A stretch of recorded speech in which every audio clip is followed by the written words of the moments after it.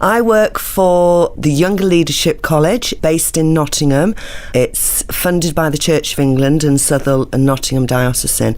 And we work with 15 to 30-year-olds to encourage them to develop their leadership skills, their teamwork skills. We go into sixth form, Church of England's, and run leadership programs with the young people. We have an intern program so that you can come and try out for a year working in a church. And that's not being a vicar. That might be working in sport and how to be a Christian sport leader, or how to be the techie who delivers the worship music in the morning.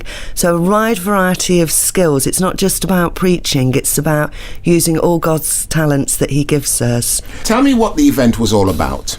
The event was all about bringing together people from the IT community who are Christians so that we could throw on the table ideas for spreading the good news and the gospel using technology. And we all come from an IT background.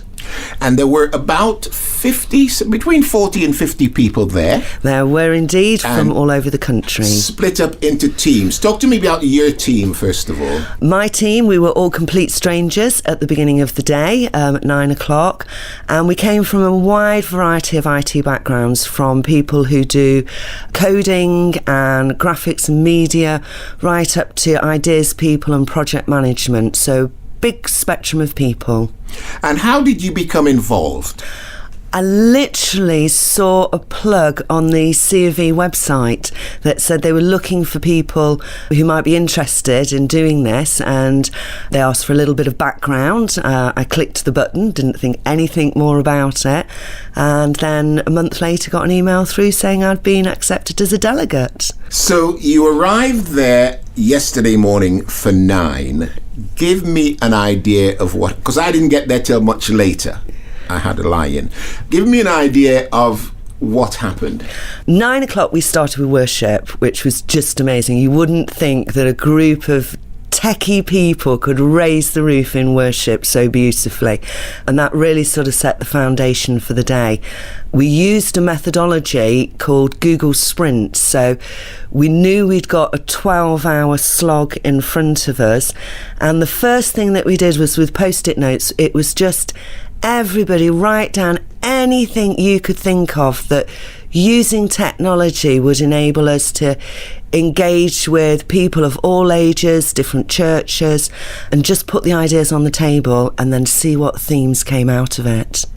And then they were whittled down into a single idea, was that for each group? Yes, we whittled it down. We found that there were 6 really key themes came out of all our post-it notes, so we then split into 6 teams. We were given a minute to pick which team you wanted to be on, so we were all definitely dwelling on the Lord in terms of just guide me to the right table and the right team for my skills and my gifts. And the idea of the day, which I understood towards the end of the day, was to come up with an idea that the church, yes, the Church of England, and this is the whole country, by the way, would be able to move forward with to bring more people to church, more people to the cross, shall we say, but also using social media or any aspect of that media. That's right. There's a lot of people who are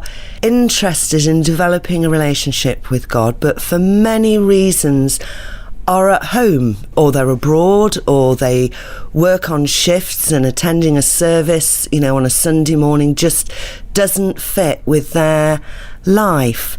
So technology is amazing because we can use that to actually reach out to them and connect with them where they are at that moment in time. And that is really what we were aiming to be able to do.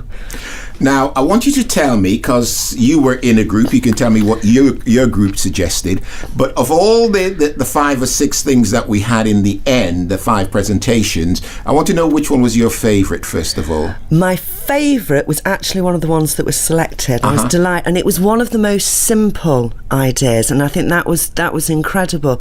And what it was to take a single Bible verse each day. Stop. Yeah. Is that your favourite? That was my favourite. That was one of my two favourites, I have to tell you. I absolutely loved that idea. And the idea, well, I'll let you talk about it. Yeah. So just take a Bible verse, put it out there, Snapchat, Instagram, and just say, if you're creative, what does that verse inspire you to see, to do? Take a photo of it, upload it. So simple, so powerful, and it enables you to connect with people that maybe aren't good talkers, but they can visualize, they can see, they can inspire, and it's sort of that mindfulness and well-being. You might read the verse in the morning and you might not get round to posting something till maybe the evening or even the next day, and you can then, if you aren't inspired, you can see what has inspired other people that day, and it will help us in the Church of England to build up a wonderful catalogue of images that really speak about the gospel and the good news. I thought that was so simple, so beautiful, and during the day they actually set up a website. They did. And had a response immediately, which was just crazy. They put the verse up, and this guy, I think somebody in Sheffield, found a photo, put it, and we could all see it. It was absolutely lovely. The second one that I loved was the one that was the second one that, of the two that went forward, which, you know, these are just simple things, and somehow the church has got to find a way to use these things to involve all these people who live on their phones. And we have to give them a reason to go to the page that we want them to go to, not just Facebook and Twitter and whatever, but somewhere where they can see some of the words that we want them to see. That's right. And the glory of this is it's a call to action. It's a call to engage. It's a way of welcoming people in that maybe have different skills and abilities that haven't felt included in the church, and this is a way of us reaching out to them and saying, God's given you a gift and a talent, and we value it, and we want you to share it with the world. I have a final question for you, because I know you got to get off. How did you come to faith? How did I come to faith? I was very privileged because I was brought up in a Christian family, but that doesn't mean I didn't walk away from God. I had a very disastrous first marriage where I was very angry with God for a very long length of time, and a person reached out to me, and it was just a simple word that just brought me back to God and brought me back to the church. And it was quite an epiphany that I didn't want to be that person anymore. I want to be the person that God made me to be. Well, Liz, I have to say this. The moment I heard you speak yesterday, I had to bring you in to interview you. Can I thank you very much indeed for taking time to be with us. Wish you all the very best for the future. Thank you very much. God bless. God bless.